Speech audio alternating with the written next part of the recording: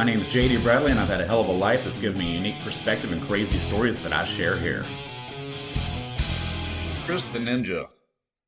I met Chris at a coffee shop downtown I used to go to called Lotus Cup, and I love that place and the owner, but they've been closed for a long time. Anyway, Chris is this goofy, awkward guy. Nice enough, or seemed nice, but he was clearly very lonely and shy, and he went there all the time, and I'd see him like looking up from his book, kind of desperate for somebody to talk to him. And my heart went out to him. I thought, well, I'm gonna meet this guy and befriend him. So I introduced myself to him, and we got to be friends and went out drinking every now and then and hung out a bit. And he's a pretty cool guy overall. But then he ended up taking a job teaching English in Japan, and he was gone for a year. And we actually kept in touch. I got like a internet microphone, and I can't remember how we did it. Anyway, so he got back after a year, and he was weird. Something was different about him. Plus, he had decided he was a ninja. He apparently found some charlatan in Japan that knew some kind of martial art and charged him money, I'm sure, to teach him to be a ninja. And he was just sure in the year that he was gone, he was a full-fledged ninja, which is clearly delusional since there haven't been any ninjas for centuries. Anyway, he was also kind of angry. I don't know what the hell was up with that. He was never angry previously. And he started exhibiting bizarre fucking behavior. It's frequently just embarrassing as shit to be around.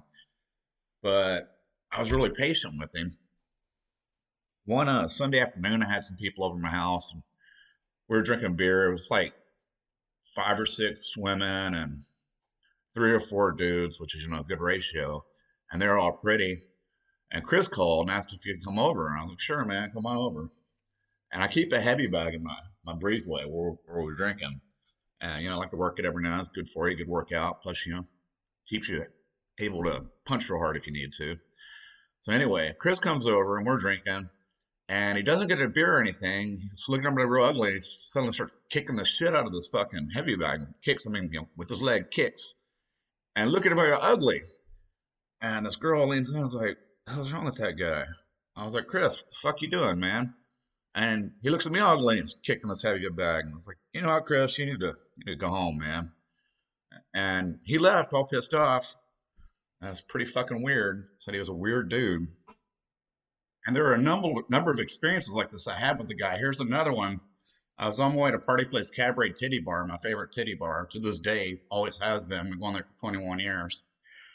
Anyway, I was headed over there, and he called me and asked what I was doing. And I said I was going to Party Place Cabaret, and he asked if he could join me. And I said, sure. So I got there, and I went in and ordered a beer. And he came in right behind me and ordered a beer. And this girl went by a little bit, said, hey, sit down right here. So I sat down, and he sat down, and she leans over to talk in my ear so nobody can hear what she's saying. And she told me that her husband just went to prison. He's going to be gone a few years. There's no choice about it. He's not going for any less than a few years.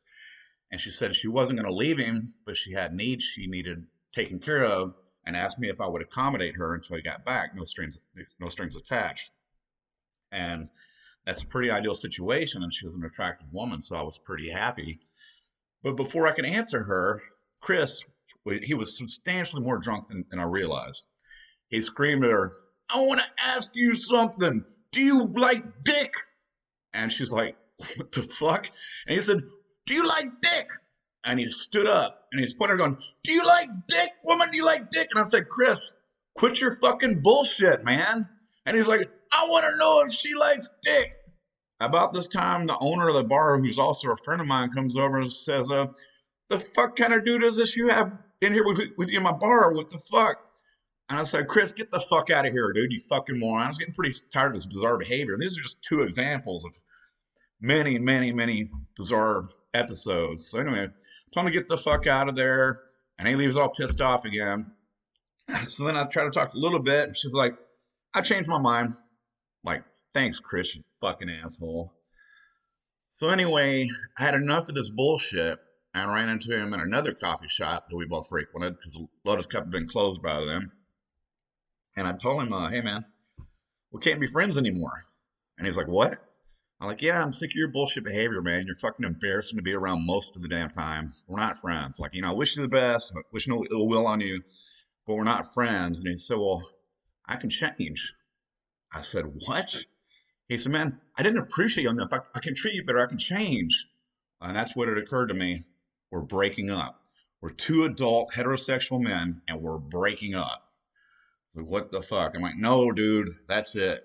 And he's like begging, so I left and I blocked him on my phone or whatever, and that was it. I didn't see him for a number of months, and I ended up hooking up with my ex. She was my girlfriend at the time, and ended up being my fiance. But anyway, we're in there and we're at this outdoor park because she's a smoker, which is disgusting. But anyway, so she's smoking, and she said she needed some more cigarettes and asked me to go get her a pack. And there's a store like 2 buildings over, but I'm kind of lazy about that shit because I'm not in the army anymore. I drive everywhere.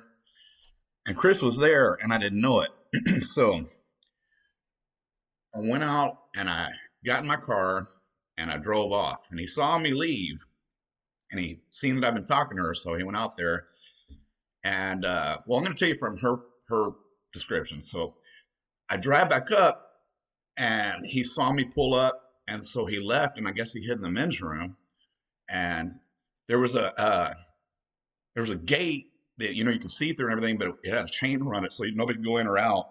So I had to go through the front door, back into the patio. So I'm in the patio, and she said, "Do you know a bald guy named Chris that hangs out here? Kind of a weird guy." And I said, "Yeah, that's Chris the Ninja," because I'd already told her about Chris the Ninja.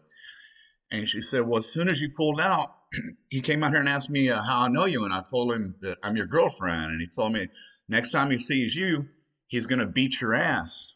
And I said, "Really?" And she said, "Yeah." I'm like, what the fuck, man? So the dude went out the front door and around in front of this gate that you said you could see through, but it's chained up so nobody goes through it in or out. And he says, "Oh, I'm going to beat your ass, man," from the safety of this locked gate. And I don't particularly feel like getting in a fight at this place. And besides that, I mean, you just fuck this guy out anyway. So I'm like, I'm a tough guy. And he's like, "Well, the next time I see you, I'm going to beat your ass." I'm like, "Sure you are, man." I was like, "Quit your bullshit, man. You're making a fucking idiot of yourself in front of these people." And there were like fucking 20, 25 people there. He's like, "Watch, see if I don't kick your ass." I'm like, "Dude, I'm right here right now if you really want to kick my ass." And he's like, "Fuck you. I'll see you." And he got in his car and fucking peeled out and left. And I was like, what the fuck? And that was pretty much the last time I saw him because I guess he thought about it and he was embarrassed about all those people that saw him do that bullshit. And he never came back. I thought about it, and pretty much that outburst was the reaction of like a rejected lover. As one weird motherfucker. But anyway, it's the story of the one dude in my entire life that I broke up with. Hopefully that never happens again. Thanks again for listening. I hope you enjoyed this. And if you did, be sure to share it on your social media. And as always, please recommend this podcast to 3 people you think will like it. Thank you very much and have a great day.